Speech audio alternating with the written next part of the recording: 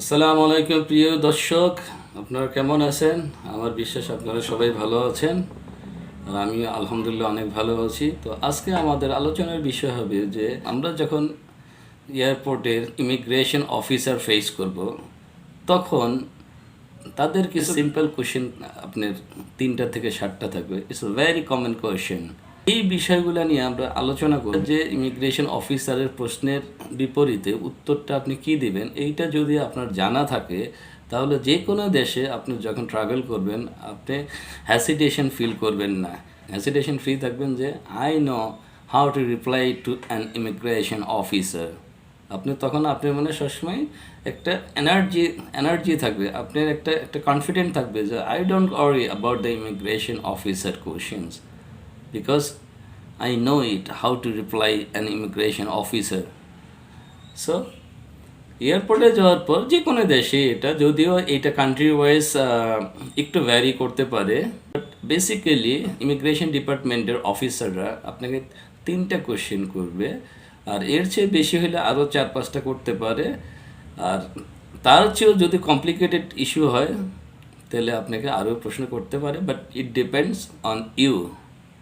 Y you? I'm going to discussing here it now. আপনি যখন immigration অফিসারের আপনার কাছে যাবেন, আপনাকে আমি বলে রাখি, কারণ এটা আমার অভিজ্ঞতা আছে, এই জন্য আর কি আমি বলতেছি, প্লাস আমার জানাশোনা আরও 2-1জনকে আমি দেখেছি, তাদের আর সমস্যাগুলোও দেখেছি বা আমি শুনেছি। যখন আপনি একটা ইমিগ্রেশন অফিসারের কাছে যাবেন, আপনি কখনো বেশি কথা বলার চেষ্টা করবেন না। জাস্ট আপনি উত্তর তাকে এটাই দেবেন সে যতটুকু জানতে চায়। Don't make it long. এটা হচ্ছে একটা। আর সেকেন্ডটা হচ্ছে, don't be nervous when you are in front of an immigration officer. Don't be nervous and don't be excited as well. এত খুশি মন তাকে দেখানোর দরকার নেই যে you are so happy. You don't need to show him that you are so excited, you are so happy. So you should be normal. Your expression should be normal. আপনাকে খুবই নর্মাল থাকতে হবে একজন ইমিগ্রেশন অফিসারের সামনে, আর সে আপনাকে যা জিজ্ঞেস করবে জাস্ট অতটুকুই রিপ্লাই দিবেন। যেমন প্রথম সে বলবে আপনাকে পাসপোর্ট দিতে, তার বলে হিয়ার ইট ইজ, এখানে এটা আমার পাসপোর্টটা এখানে, তাকে দিয়ে বলবেন। পাসপোর্টটা উনি উল্টাবে আর আপনাকে জিজ্ঞেস করবে যে what is the nature of your travel in this country, অথবা why you want to visit our country, why you want to visit our country, or why you want to visit this country, what is the nature of your visit here. যে কোনোভাবে একই কথা ভিন্ন ভিন্নভাবে তারা বলতে পারে। এর কারণ হচ্ছে আপনাকে জিজ্ঞেস করার, আপনার কাছে জানতে চাবে উনি যে আপনি এই দেশে কেন আসছেন। তখন আপনি ঘুরতে গেলে, আপনি বেড়াতে গেলে আপনি অবশ্যই বলবেন I am here on a vacation, আমি এখানে বেড়াতে আসি। আপনাকে খেয়াল করতে হবে, you must be honest to reply them. Don't provide them any wrong information, don't provide them any fake information. Example, your visa category is visitor, tourist. But if you tell them, I am here for business, I will from a company, I will have a business here. So it might be put you into big trouble. So আপনি visit বিষয়ে গেছেন, you have to say, I am here for visit or I am on a vacation. Next question, how long you will be staying here? How long you will be staying here? Or how long you will be staying in this country? কতদিন থাকবেন? অবশ্যই আপনার return টিকিটের যে ডেটটা দেয়া আছে যে আপনি এমুক ডেটে আপনি ব্যাক করবেন, ওই ডেটটা মুখস্থ রাখবেন। আর আপনাকে বলতে হবে মানে এমনভাবে আপনার রিটার্ন টিকিটের সাথে আপনার উত্তরের মিল থাকতে হবে। যেমন আপনার রিটার্ন টিকিট আপনি পৌঁছানোর পর থেকে 10 দিন পরে এক্সপায়ার হয়ে যাবে, ইনভ্যালিড হয়ে যাবে। তো আপনি যদি এমন একটা ডেট বলেন যেটা আপনার বিয়ন্ড দ্য রিটার্ন ডেট, যেটা আপনার রিটার্ন ডেটের পরে, সে এমন কোনো ডেট বললে you will be into a travel. তো আপনাকে বলতে হবে, যেমন আপনার 10 দিনের মেয়াদ আছে আপনার টিকিটের, সো আপনাকে বলতে হবে যে আমি এমক ডেটে যাব, 8 দিন আগে, 8 দিনের কথা বলুন অথবা 9 দিনের কথা বলবেন, until expire your return ticket. So এটা গেল, শেষ হয়ে গেল। তারপর আপনাকে প্রশ্ন করতে পারে, basically they will be asking you 3 questions only that I have discussed. Very common questions. It is applicable for all the immigration of all the countries. However, they might ask you some additional questions. What is that? They may ask you, are you traveling alone, or is there any person traveling with you? আপনি কি একাই আসছেন, আপনার সাথে কেউ আছে? তখন যদি আপনার সাথে না থাকে তাহলে আপনি শুধু বলবেন আই এম ট্রাভেলিং অ্যালোন। আর যদি আপনার সাথে কেউ থাকে তাহলে আপনি তার সাথে আপনার রিলেশনটা কী আছে এটা মেনশন করে বলবেন। যেমন আপনি যদি শুধু বলেন আমার সাথে কবির ভাই আছে, I am with Mr. Kabir, immigration officer will have a chance to ask you, who is the Kabir? Who is Mr. Kabir? So, don't just ensure that whatever he asks you, you will be replying only that. Don't add any additional answer. আপনি শুধু বলবেন I'm traveling with my cousin, I'm traveling with my brother, I'm traveling with my sister, or I'm traveling with my wife, husband, or spouse, or I'm traveling with my boyfriend or my girlfriend. They might ask you where you will be staying here in this country, where you will be living here, where will you stay here. বিভিন্নভাবেই বলতে পারে। বাংলা কথা আমরা যেভাবে একই কথা ভিন্নভাবে আমরা বোঝাতে পারি, একই অর্থের কথা আমরা ভিন্ন ভিন্নভাবে আমরা বলতে পারি। So in this case if you know a basic English then you'll be able to reply them. তখন আপনি যদি কোনো ভিজিটর হয়ে আসেন, অর্থাৎ ভিজিট ভিসায় আসেন, আর আপনার যদি কেউ না থাকে ওই দেশে, কেউ থাকলে তো আপনার ভালোই। আপনি যখন প্রশ্ন করবে তারা আপনাকে, তখন আপনি বলবেন এখানে থাকবো আমি। So, but what you will do unless you have any family member, unless you have any address in that country. তা আপনি যদি কোনো থাকার জায়গা না থাকে ওই দেশে, you must have a hotel booking and to cover the time, the days until your return date. আপনি কেউ না থাকলে, আপনি টুরিস্ট হিসাবে গেলে অবশ্যই আপনার কাছে একটা হোটেল বুকিং থাকতে হবে, যেটা আপনি আসার দিন পর্যন্ত আপনার মেয়াদ থাকবে। সো ইমিগ্রেশন অফিসার যদি যখন জানতে চাবে যে আপনি কোথায় থাকবেন, তখন আপনি বলবেন যে আমি এমক হোটেলে থাকবো। In case he ask you do you have any hotel booking, can I have it? Of course you have to provide it.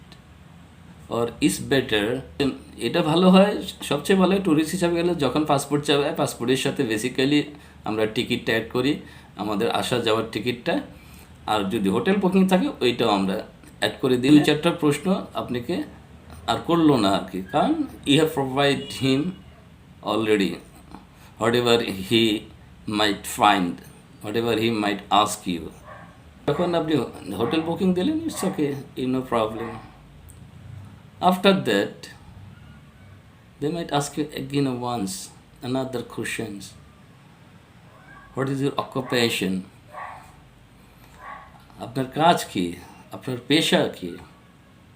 In that case, you have to reply whatever is realistic, whatever is real, whatever is true.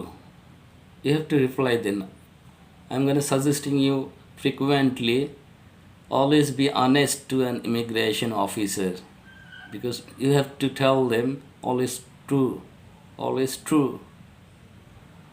যাই হোক, তো আপনি যে ব্যবসা করেন, if you have any business you should tell him or her, and if you have or if you are a job holder, you should also tell them accordingly. আপনি বলার পরে যদি তারা লোকেশন জানতে চায় যে কোথায় জব করেন অথবা কোথায় আপনার বিজনেসটা, তখন বললেন বাংলাদেশে আছে, ঢাকায়। That's all. এই প্রশ্নগুলো আসলে বেসিক্যালি যে কোনো দেশের ইমিগ্রেশন, এয়ারপোর্ট ইমিগ্রেশন হোক, বর্ডার সিকিউরিটি হোক, তো তারা আপনাকে এই প্রশ্নগুলি আপনি করবে। তবে যেটা আপনার জন্য যেটা মানে খুবই ইম্পর্টেন্ট মনে করি আমি, সেটা হচ্ছে ইমিগ্রেশন অফিসারের কাছে যখন আপনারা যাবেন, আপনাদের রিটার্ন টিকিট সহ, হোটেল বুকিং সহ, unless you have any relative in that country that can shelter you. যদি আপনার থাকার জায়গা মানে ওই দেশে না থাকে, আপনার রিলেটিভ না থাকে, তাহলে অবশ্যই হোটেল বুকিংটা আপনি সাথে দেবেন। আর রিটার্ন টিকিটটা আপনি পাসপোর্ট, হোটেল বুকিং এবং রিটার্ন টিকিট, এটা ইমিগ্রেশন অফিসারকে একসাথেই দিয়ে দিবেন। দিলে আমি মনে করি যে ইমিগ্রেশন অফিসারও টাইম সেভ হবে। আর আপনাকে যে উনি প্রশ্ন করবে, এই প্রশ্নগুলো থেকেও হয়তো আপনি রেহাই পেতে পারেন। এর কারণ ইমিগ্রেশন অফিসারের প্রশ্ন মানে আমাদের কাছে একটু একটু ভয়েরই ব্যাপার সাধারণত আর কি। আমিও যেমন প্রথম ভয় পেতাম, আমার ভিতরে আমার হার্ট চেকিং হইতো।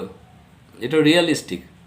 যদিও আমি ক্রিমিনাল না, আমি ক্রাইম করতে যাচ্ছি না, আমি ভিজিট করার জন্যই যাচ্ছি। কিন্তু ইমিগ্রেশন অফিসার যখন লাইনে থাকি, তখন থেকে মনে হয়েছে আর ইমিগ্রেশন অফিসারটা কেমন, এটা কি আসলে ভালো মনের নাকি না খারাপ মনের, মানে একটু রসিক টাইপের লোক কি না, এরকম মনে হতো। আর সবসময় চেষ্টা করতাম যে মহিলা মানুষের কাছে যেতে, অর্থাৎ মহিলা ইমিগ্রেশন যেটা আছে ওদের কাছে আমি প্রিফার করতাম, যদি সম্ভব হইতো। কখনো আবার লাইন চেঞ্জ করতাম আর কি। দেখা গেছে যে একই ক্যাটাগরির লাইন, ইমিগ্রেশন অফিসার 3 টেবিলে আছে, তো আমি দেখতাম যে মানে আমি সুযোগ করতাম, আমি যদি মনে করতাম ওই ইমিগ্রেশন অফিসারটা অনেক ফ্লেক্সিবল, আমি দেখতেছি একটু হাসতেছে বা একটু করতেছে, একটু রসিকতা করতেছে, তখন আমি ওই লাইনে আমি ফলো করার চেষ্টা করতাম আর কি। যাই হোক, এগুলো হচ্ছে জাস্ট আমার অপিনিয়ন আর কি। কিন্তু একজন ইমিগ্রেশন অফিসার, সে রসিক হোক আর কমপ্লিকেটেডই হোক, it doesn't matter. Very important that you can reply them correctly, whatever they ask you, just be honest to reply them. আপনি তাদেরকে এভাবে রিপ্লাই করতে পারে, আপনি বিশ্বের কোনোখানে কোনো সমস্যা হবে না। আপনি বিশ্বের যে কোনো ইমিগ্রেশনে আপনার সমস্যা হবার কথা না, শুধু বি অনেস্ট। আমি যতগুলো দেশে আমি ভিজিট করেছি, আমি আগে সেসব দেশের অভিজ্ঞতা আপনাদের সাথে ভিন্ন ভিন্ন ভিডিওতে আমি শেয়ার করার চেষ্টা করব। আর পাশাপাশি আমি যা এক্সপিরিয়েন্স করেছি, আমি দেখে শুনে ওগুলোও শেয়ার করব। আমি আশা করি আমার ভিডিওটা আপনাদের একটু হলেও ভালো লাগছে। আর যদি মনে করেন এই ধরনের ইনফরমেশন আপনার বন্ধু-বান্ধব অথবা আত্মীয়-স্বজনের দরকার আছে, তাহলে অবশ্যই শেয়ার করতে ভুলবেন না। I realized before, while I was a new traveler, always in my heart it was shaking. What they will be asking and how I should reply to them. তারা কী যেন জিজ্ঞেস করবে, আর উত্তর না দিতে পারলে যেন কী হবে। সো অলওয়েজ এই ধরনের একটা ভয় থাকতো। তো আমার ভিডিওটা যদি দেখেন আপনারা সবাই, প্লাস আমি জানি আরও অনেক ভাইয়ের ভিডিও আছে, তো আমিও তাদের মতো আপনাদের সাথে আমার অভিজ্ঞতাটুকু, আমার রিয়ালিস্টিক যে একটা এক্সপিরিয়েন্স আছে ওইটা শেয়ার করলাম। আর এর বাইরে আমি যা জানি দেখেছি ওগুলোও শেয়ার করবে ইনশাআল্লাহ। তো আশা করি আমার ভিডিওগুলো রেগুলার আপনারা দেখবেন। আর আমার ভিডিও যদি আপনাদের ভালো লাগে, যদি ভালো লাগে তাহলে অবশ্যই লাইক দেবেন।